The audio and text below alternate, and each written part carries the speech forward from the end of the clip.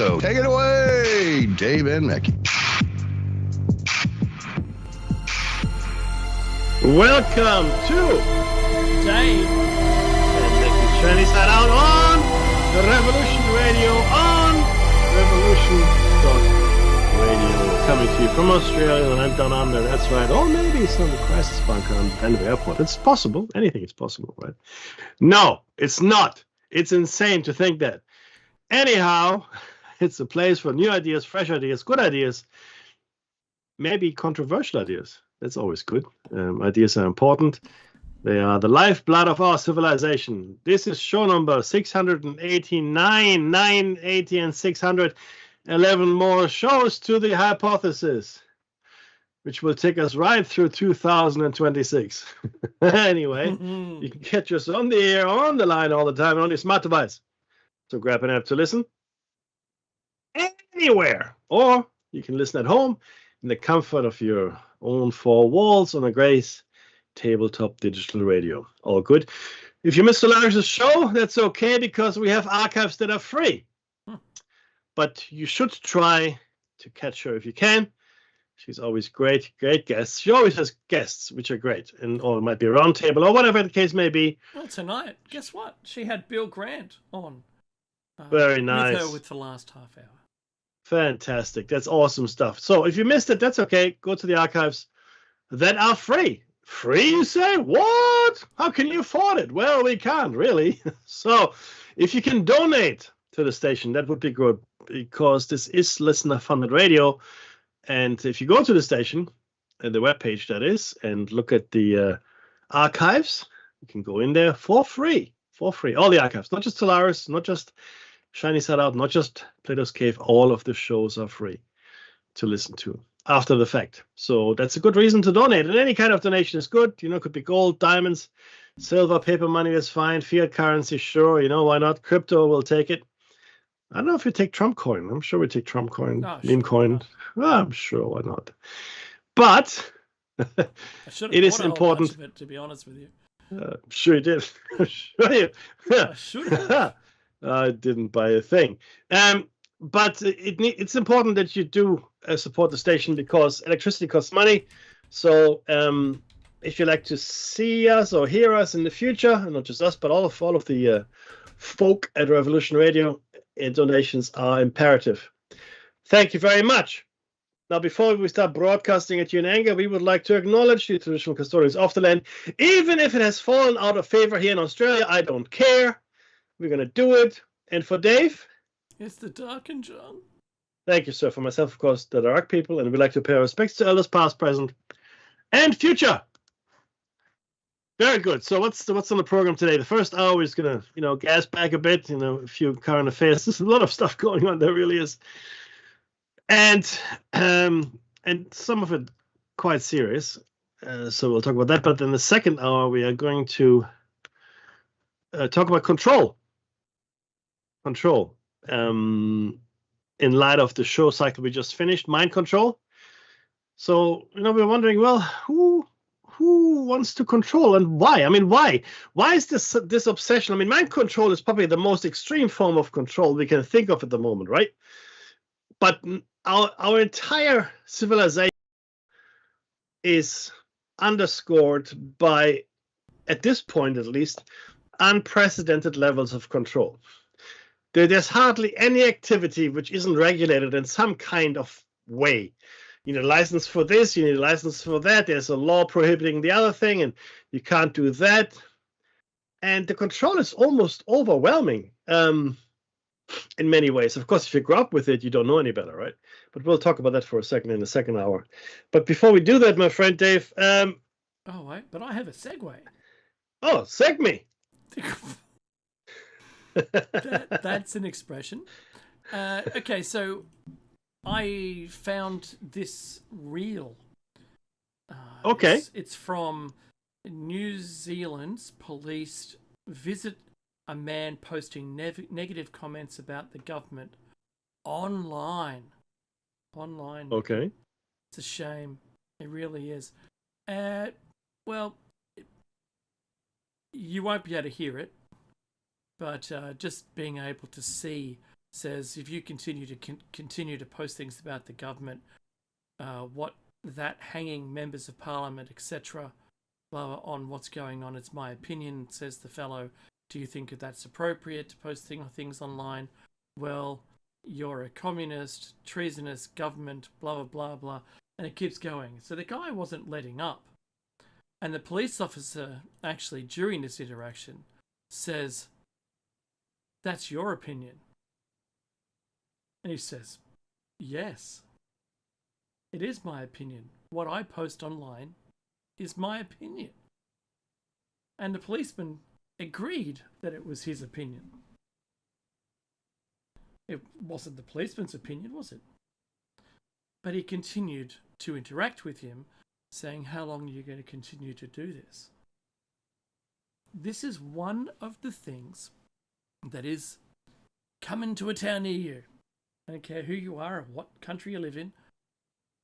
This is eventually, maybe not the US yet, but they might be last. But this terrible thing is happening, and the Australian government is New Zealand is Australia's little servant, just like we are to England, I suppose you could say. We all have their English flag on our flag. We all are parts of the empire still. The reasons that's still beyond me, but that's all right. This level of policing or government reach is legislated. This is what's happening. In England, you can go to jail for reposting something. We've seen the end of what used to be the Wild West of the internet. Then we saw the internet version 2. That's where it's mostly corporations running everything on the internet. Mecky's nodding. There was what was left of the cowboys, when bandits became the dark web, and that turned into the underworld of the internet. But it's all the same internet. The corporations that we type in to search for something online ignore what's deep in that muddy bottom.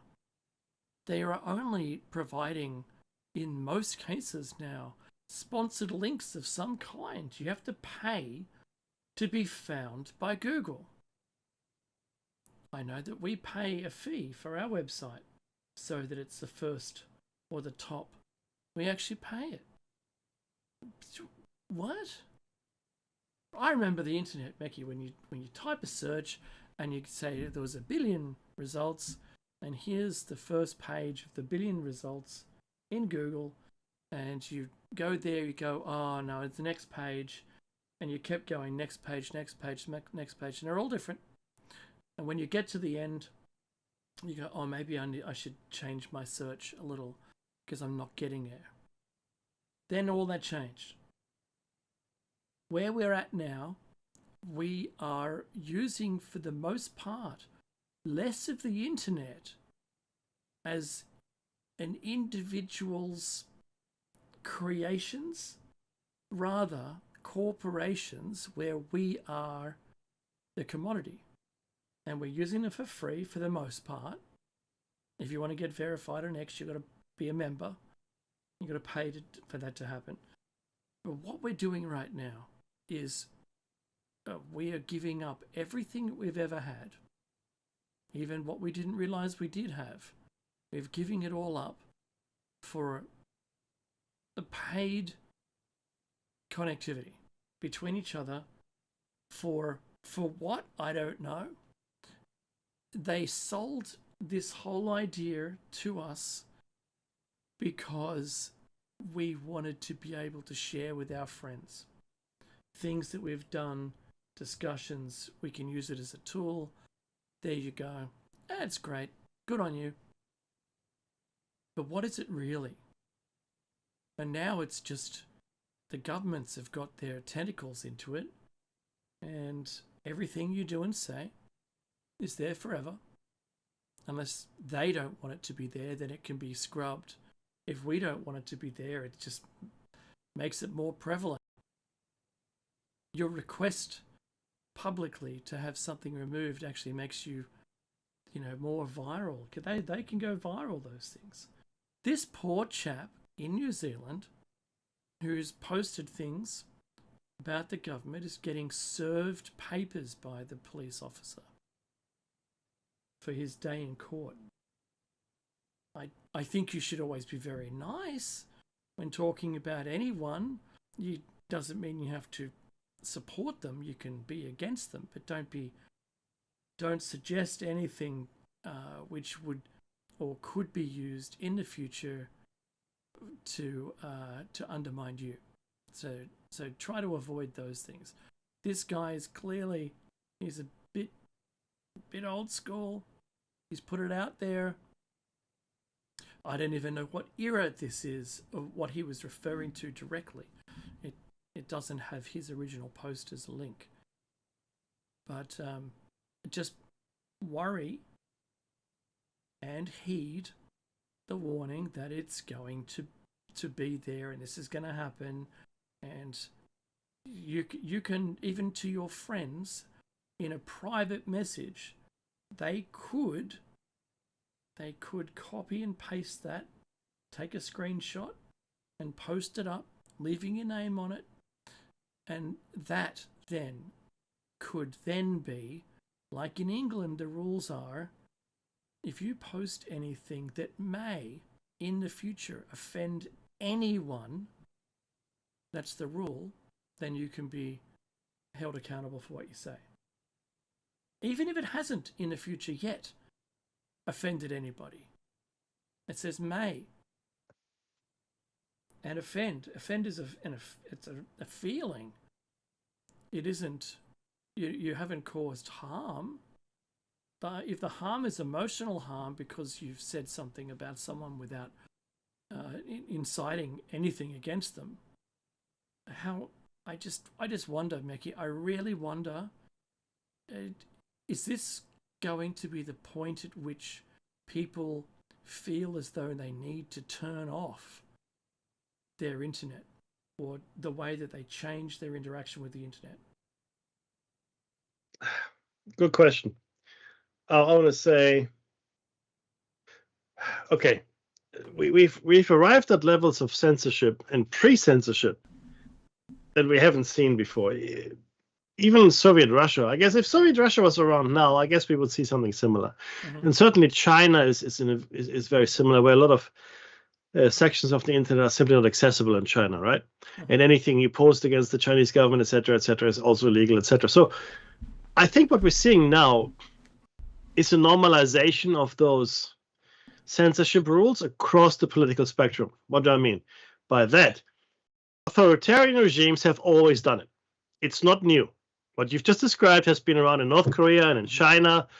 And I guess, again, it would have been there in Soviet Russia, no longer exists. But in countries that are like that, it's always been around. I mean, Thailand is a bit like that, where you can't say anything at all against the king. You can't. You can actually go to jail if you criticize the king, right? So it's all around the world. There's similar kinds of scenarios. Now, we've always prided ourselves in the West, I should say, of our ability to let others coexist with their opinions. Mm-hmm. Wonderful. Mm-hmm. No longer. No longer. Because politicians, specifically politicians, but others too, have now realized just how much damage can be done to them. Not just with the things they actually say or that is being said against them, but, with deep fakes, videos, audio, etc., etc. So there's a whole bunch of stuff that can be used to damage a person's reputation,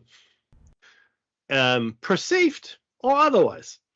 And these laws are knee-jerk reactions of people that have very thin skins. Used to be that a politician in a liberal democracy, which is what we like to style ourselves as, had to be a certain kind of person, fairly impervious to personal attacks, even attacks on their family. But it was understood that this came with the territory. You want to be a politician, you want to, exert control and influence over others. You want to, steer the country or county or whatever you have. Naysayers and but you want to steer it in a certain direction. But there will be opposition, of course, naysayers and contrarians, as we like to call them. So Mackie, remember John Howard used to do a morning run in the Botanical Gardens. Yes. Right? The Chaser, his greatest opposition, satirical, mind you, but they were so well known that he gave them a hug when he was confronted by them on his morning run. That's not happened ever again. I think it's important to understand the Australian political landscape. Australia, in many ways, is quite insular, obviously. But I remember running to John Hewson in a pub and just having a chat to him. He was he was the Liberal leader. He didn't get elected. I just told him I thought he was doing a good job. That was at the Orient in the Royal. There was no security. No one tried to stop me from talking to him. Yeah. Similarly, the prime ministers and John Howard may have been the last one that did it. I don't know because I haven't lived in the area since. But he would go for walks around Kirribilli House. That's right. There might be some security people near him, but not anything like it would be obvious, right? And our politicians never really have warranted a great security contingent. I do remember when George Bush Jr. came to Sydney, and they literally cordoned off the CBD. And to your point with was it the Onion? It wasn't the Onion. The Chaser. I think it was the Chaser. The Chaser, yeah, that's right. The Chaser managed to get into the cordon and it was a big hoo-ha. But the point is this: the entire CBD was cordoned off. Yeah. Snipers on the rooftops, etc., etc. And if our prime minister had come to Sydney, honestly, we might not even know. It's like it's not that it's a non-event, but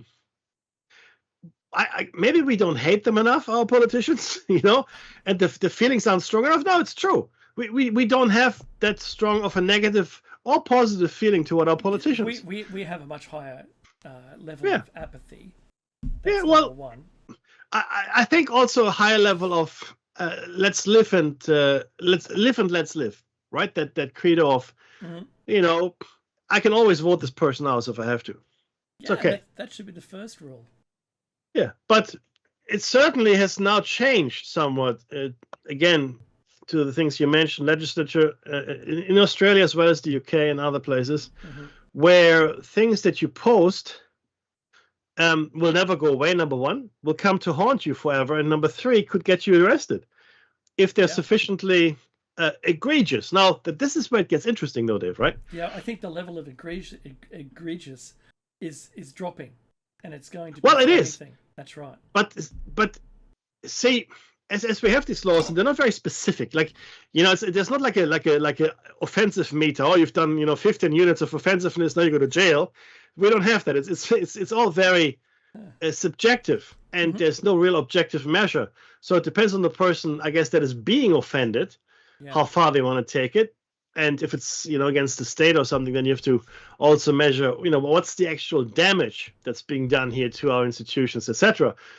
Because it is actually ridiculous to have this kind of law. I mean, either you can have free speech or you cannot have free speech. If you can't have free speech, we now all move to North Korea. Okay, that's fine. But if you say you have free speech and then you censor in this fashion, well, you can't have it both ways. You simply cannot have it both ways. So I'm very disappointed. And this becomes even more difficult, Dave, in the age that we're in now, where truth is no longer an objective thing. You can have your truth and I have my truth, and our truths are equivalent. It's like having a knowledge democracy. I like to liken it to. What does that mean? Okay, well, in knowledge democracy, your ignorance is as good as my knowledge. That's right. And it's the same with the truth. My actual truth I haven't heard that is as good from you. as your fake truth, right? It's insane.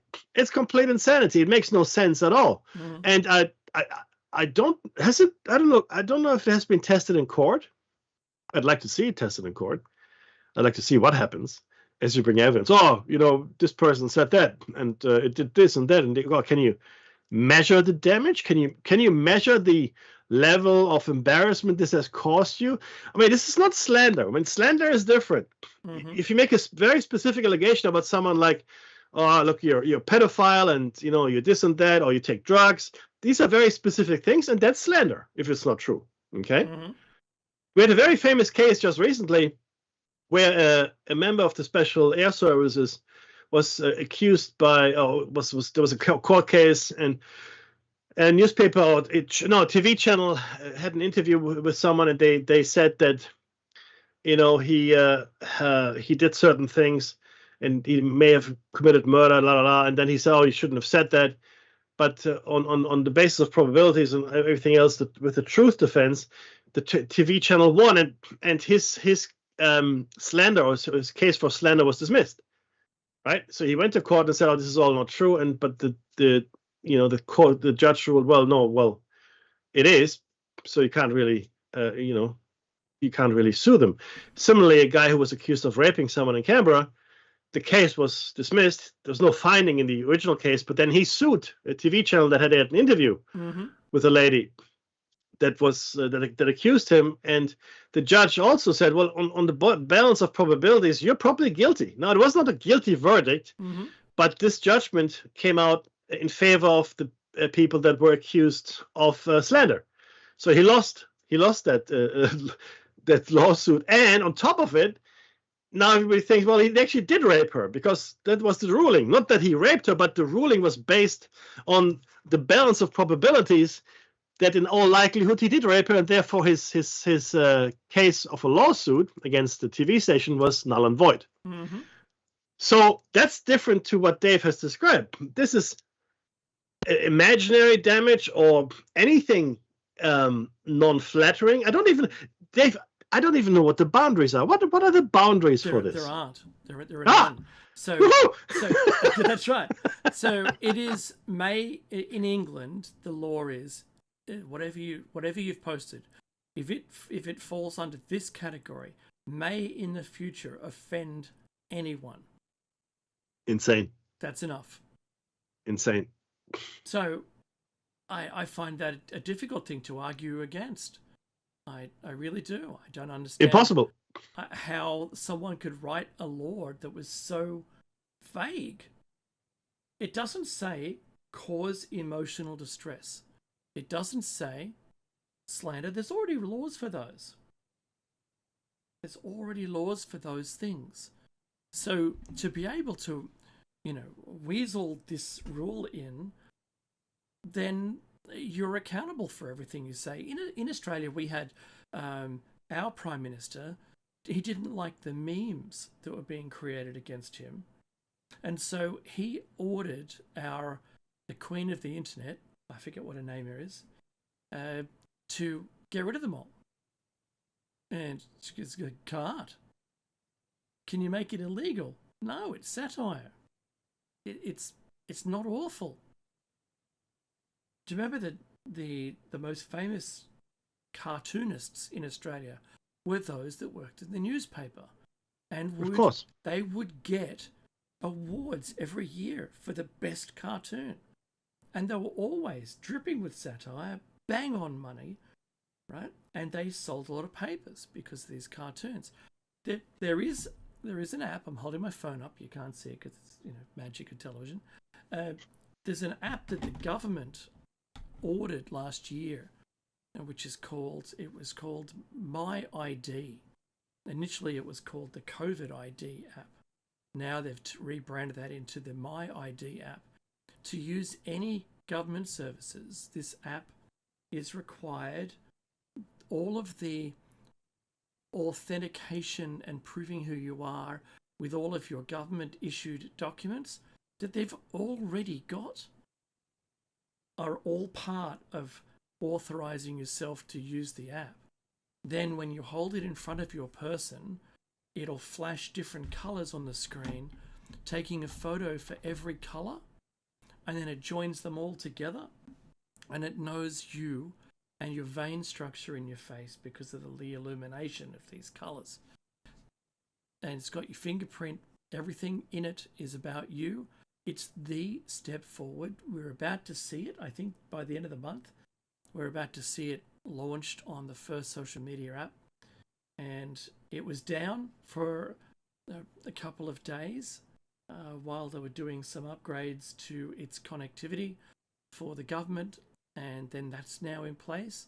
And the next one is there was a testing social media platform that tried to, have its development site up and running, but then it was down again for that. So look, it is coming. It's government, so it's going to be twice as long as they said. It defeats the argument. It wasn't you. Because to use the app, you must authenticate. Every time you open the app, you must authenticate to use it. So our phones are smart. They really do. They've got an ability to recognize who's holding a phone. So mine can unlock just by looking at it. Those things are really important. And I saw a survey where I was asked, am I the only person that uses my account? I said, yeah, sure. And then I realized I'd made a mistake in answering this survey. I could have hit cancel. But I don't know. I'm a survey junkie, Mackie. Yes, I never do any. I'm just not that guy. But you're right, though. You got to be careful. And what a caution here for our listeners. Mm-hmm. If any surveys pop up, don't do them. Yeah. Don't do any surveys. Don't go in for any questionnaires or people asking for your opinion or input or habits. Any of those things are either just pure data gathering or could be used against you at some point in the future. And so remember, it's a free app. Facebook is free. And who's the currency, Mickey? You are. There is no such thing as a free lunch. That's right. It's never been truer. Mm-hmm. When television first came out, right? I remember they said, what? Well, what's the product here? Well, the product is the audience. That's the product.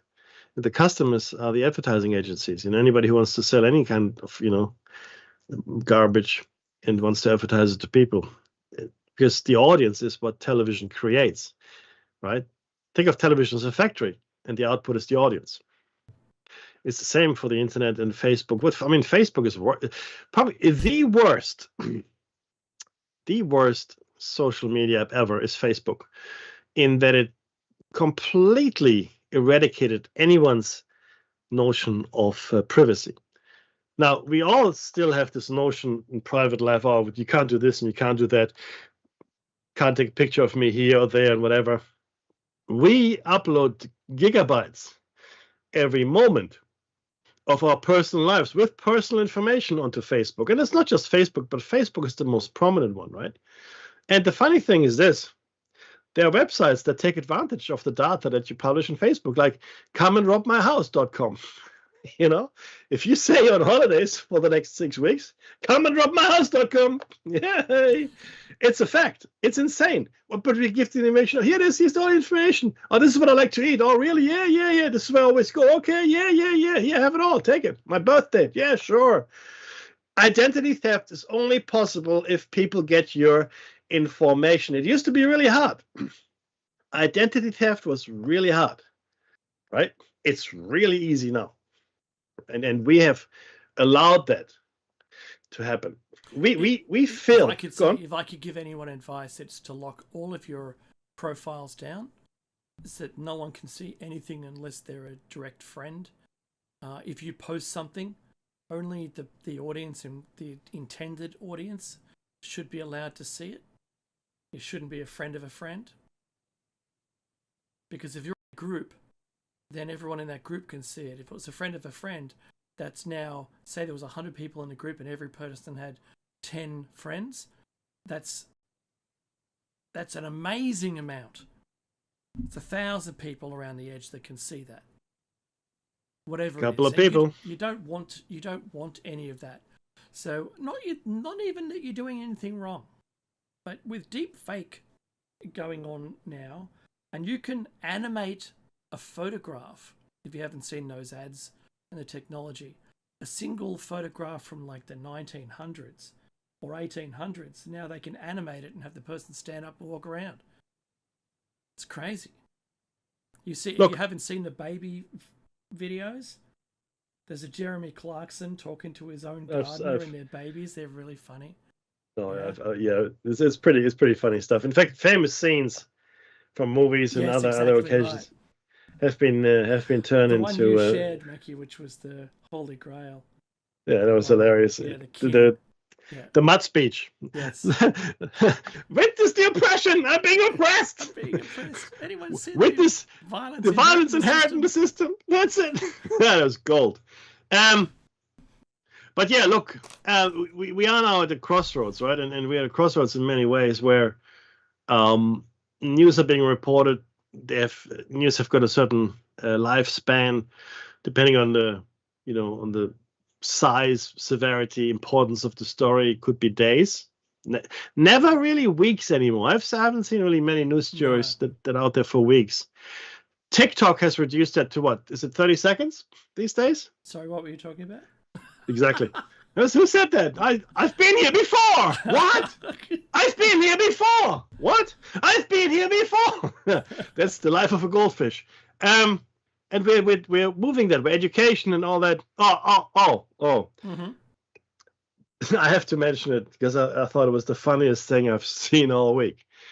This is to do with U.S. politics, but it kind of fits in because we talked about reality, right, and truth and what's out there. So Kristi Noem, she's the head of Homeland Security for the United States, arguably a pretty important position, right? I mean, it's the latest department that was created in the wake of 9/11. It is meant to do a whole bunch of internal things, secure the nation, etc., etc. So it's got a lot of powers. So it's a powerful position. I think she was I can't remember if it was the Senate or Congress. I think it might have been the Senate, but could have been the Congress. Doesn't matter.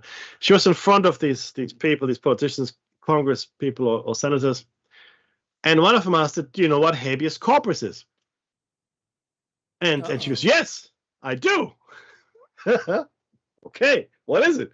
It's a constitutional right the president has to deport people. No, it is not. It's not. It's the opposite of what you just said. It's specifically the opposite. It's the section in Article 1, by the way. It's the section that of the Constitution that allows everybody. Not allows, demands that everybody has a day in court, right? So it's called due process. Habeas corpus, show me the body. The judge will go, show me the body. Where's the body? Show me the body. Let's give this guy or girl their day in court. The level of ignorance, and this comes back to where are the boundaries here for. Let me frame it another way. When you try to be satirical, to make fun, right? And considering the level of ignorance and stupidity in our official figures across the spectrum, not just America, everywhere, Australia, Europe, doesn't really matter. Is it really satire? And could you comment on this in the UK, for example? If in the UK someone said something stupid like that and you comment on it, would that be now an offense that they could indict you for? Totally. But see, this is completely insane. First of all, she should not have that position at all. At all. I'm sorry. Completely unqualified. But it also leaves you I felt the same way when George W. Bush was president. or ScoMo, for that matter, right? Yeah, that's right. Because it was so insane right? It was so insane and so self-defeating that you look at what happened.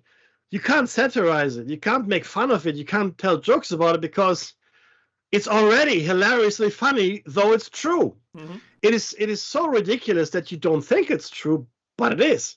In fact, you would never have made a joke like that because it's too outlandish. That's right. But every day of George W. Bush's presidency and ScoMo's prime ministership, and he was probably the worst, I'll be honest with you. He was probably the worst prime minister we've ever had in many ways. I do admire no one who goes to shake someone's hand and then on non-presence of the recipient's hand, you just grab it. Just grab it and start shaking Shake right. your hand! Just do that. No, I don't want to, no! No. That's cold! That's cold! It's like a baby that vomits at you when you try to kiss it. It's wonderful. No, and George Bush Jr.'s line that he did in front of a paid audience, that $10,000 a seat, and where he said, and it went to camera, he said, "The French don't have a word for entrepreneur." For entrepreneur. They call it business makers. That's what they're calling it. Le business maker, yeah? That's what. Oh, that's a business maker. So yeah, that's better en français. So that's so funny. Look, I know we had Sleepy Joe. Sleepy Joe is something else. But that was sad. I'll be honest with you. I felt sad. Yeah, it's sad. And now we have an Australian Prime Minister that breathes in through his teeth, and that is odd. It's very odd. I worked with a fellow that used to do that, and in his early days, he would do it once a day when he was thinking, and he would make that sound, and then in his 50s, it was in every sentence.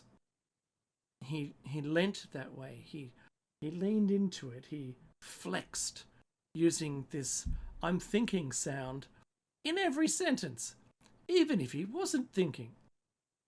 And it became a thing. It was his signature piece.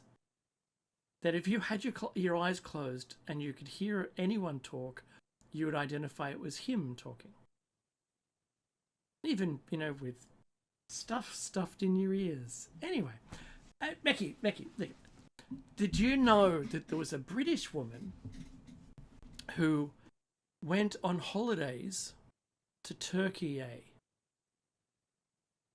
Now, that doesn't sound terrible. There have been a few of those. Yeah. Well, she was a British mother who died on holiday to Turkey. She was on a plane and she died. She felt terrible. About dying? Well, some people do. She felt terrible about dying on the plane. I would too. Look at all the inconvenience. No, look at all those other people not dying. Sorry, that too soon for the MH17 joke. Yeah. So a British mother died on a holiday to Turkey of what was initially thought to be food poisoning, but a coroner allegedly found a key organ missing. It says here that Turkish officials are not saying definitely what killed vacationing British mother whose heart was allegedly removed from her chest cavity. But excuse me? Here, yes, it says here. They say it was cardiac arrest due to multiple organ failure. Yes. If the organ is not there, it'll fail. But the husband, he was unable to have his wife's body flown back to the UK where British coroners told unimaginable. Beth's heart had been removed, they said. It's crazy. Who would do that? So there's a story. It's going to be, the rest of that story is going to be the heart was removed, it seems, after she died. Yes, totally. That's not something that would happen beforehand. It would cause it. It would cause her death if it was removed while she was still alive. The question is, why was the heart removed? And the claim of multiple organ failure? That's something else. It's a very strange story, and it was only today, our time, where this was, it went live, and it's not really in the mainstream media, but this is on the news.com.au site. So it's legit and verified. Oh no! Look, I've seen it on several outlets. So it's a story. It's a story. They don't know how she died. And the heart was missing when her husband tried to transport her back to the UK. That's right. Now, having said that, now iatrogenic death is one of the leading causes of death in the world. And what is iatrogenic death? That's a very good question. Iatrogenic death is death caused by doctor. Okay, that's right. It is so the it's number one killer in the world. Yeah. So things happen. You go in for an operation. They remove your left leg when they should have taken your right arm, or whatever the case may be. My own mother-in-law had a pair of scissors left inside her after an operation.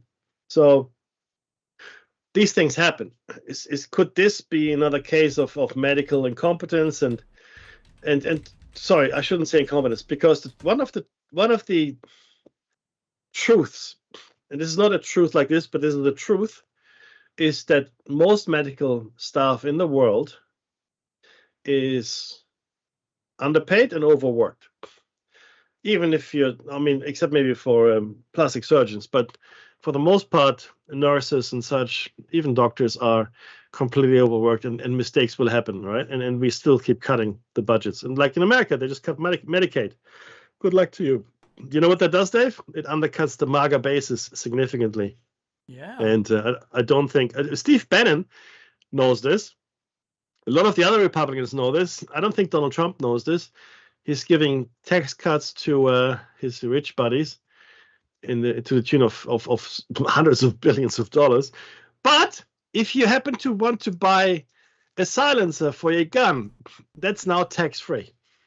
What? You want to make them quiet. So you're going to make a hell of a racket. But sorry, my point is that as we keep cutting more and more of our health expenditure, especially for people who need it, yeah, more and more of these things might happen. So this could be a case of, oh, well, we just removed the heart by mistake and they're too embarrassed to admit it. Or on this other spectrum here of potentially worst case scenario, this was an organ harvesting operation, right?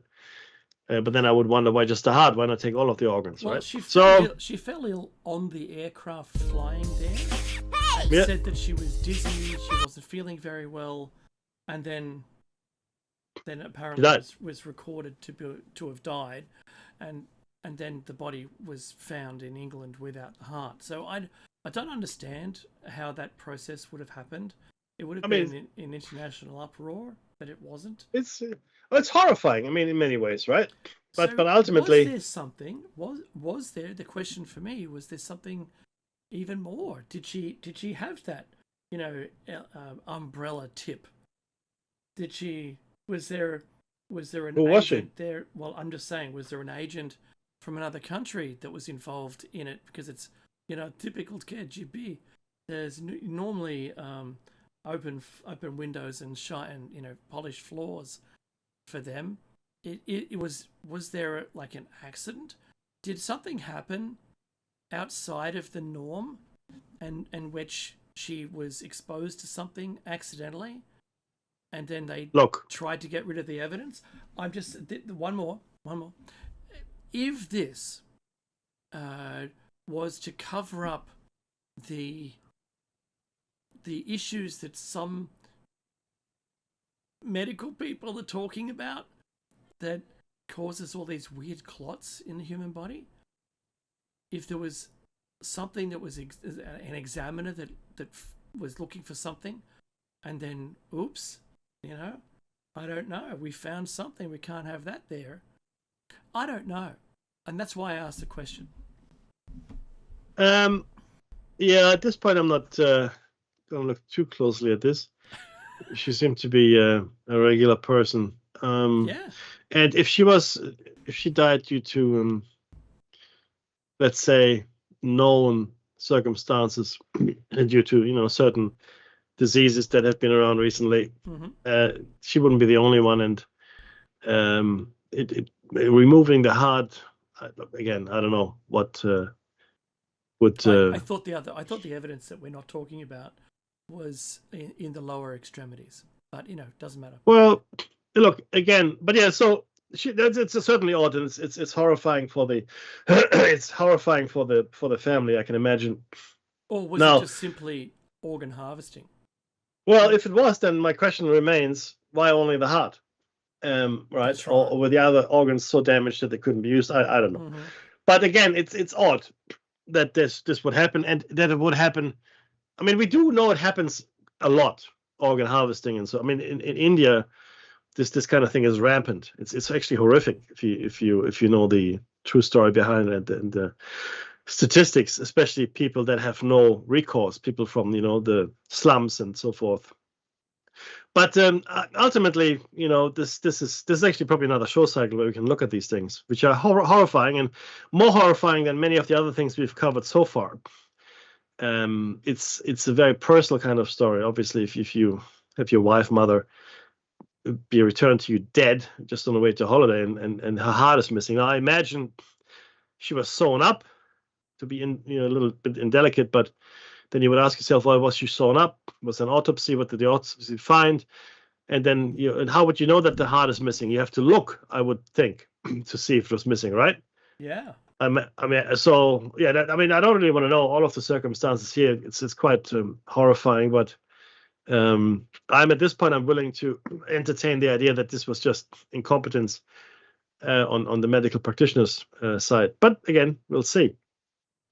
But it does worry me when I see other things that are happening in the world today, and this goes back to truth. And see, people like us, we can be sued for speaking the truth or being satirical about something, right? Whereas others, which are blatantly corrupt and completely out of tune with the reality, face no consequences. None, zero. Benjamin Netanyahu has no intention of ending the war, and he will not stop until all Gazans, all Palestinians, are out of Gaza.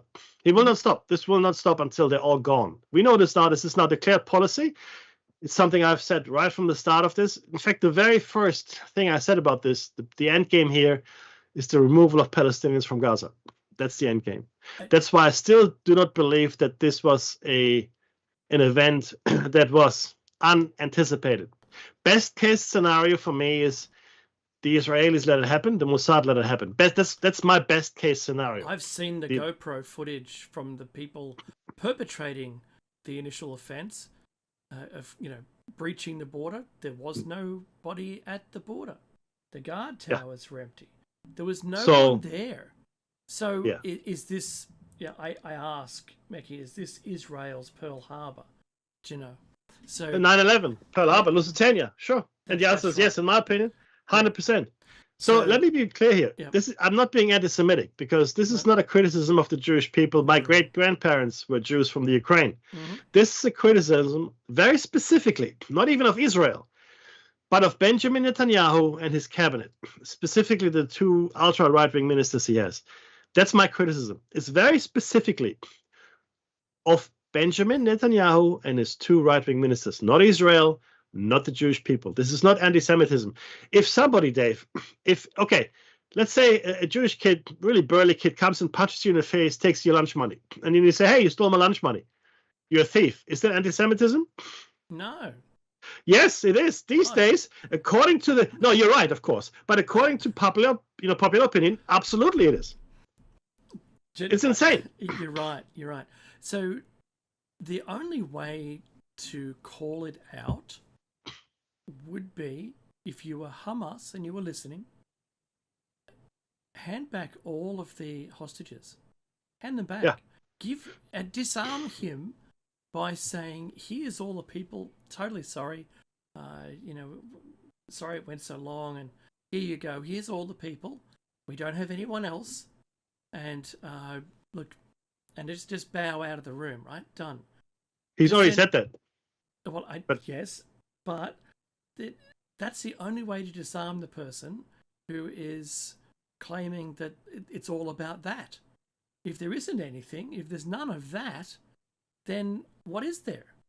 It's not about that. All you're left with is Meki's point here. Yeah, but the thing is, Netanyahu has already said that.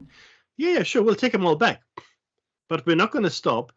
In fact, that very scenario, he actually. That's right. Yeah, that's what he said. Until Hamas is completely gone, we will not stop. So forget the hostages. Nobody cares about hostages except for the people that are related to the hostages. Nobody.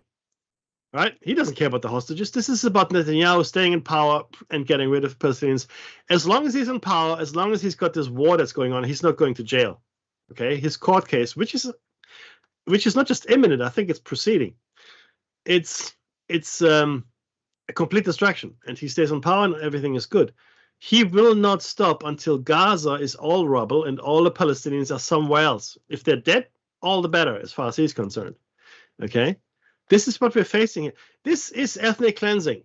And if they are, and look, the attacks that are happening and the food aid that is not getting through, and the warning that, some 14 or 18,000 babies are going to die if they don't get formula or whatever the case may be, that's unprecedented in modern times as a instrument of war. We haven't seen this level of cruelty in a long time, organized cruelty.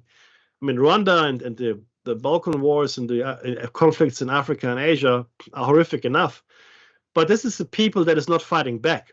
It's Hamas is a splinter group of the now defunct PLO a long time ago, but it's not representative of all of the Palestinian people, right?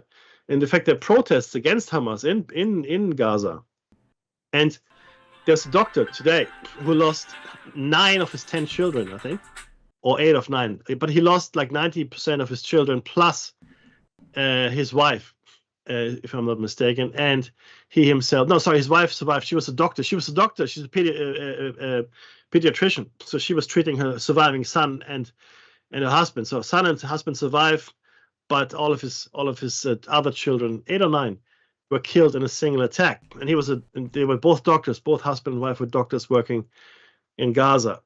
That happened. What's the game plan here, right? The game plan is the extermination of the Gazan people. That's the game plan. And there's no other game plan. Okay. And at the same time, Donald Trump is focusing on the genocide, the alleged genocide of white farmers in South Africa. Really?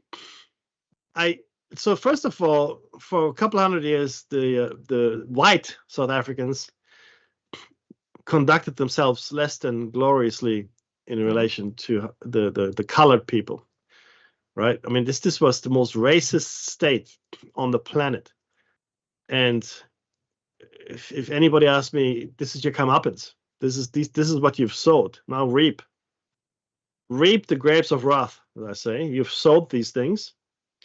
You've oppressed people for hundreds of years. What do you think is going to happen? Now, I was surprised at the restraint the black South Africans showed when the power shifted. I really was. I was astounded at the restraint. Crime is a huge problem still in South Africa. Yes, it is. People get killed, but I don't think white farmers get disproportionately killed. Okay, I don't think they do, as opposed to other, people in South Africa. I think the people taking their land back is something with that historical oppression, and it just reminds me of District 9, bloody prawns. Yeah, that's kind of the way I feel it is. Yes, that was an ambush in the White House.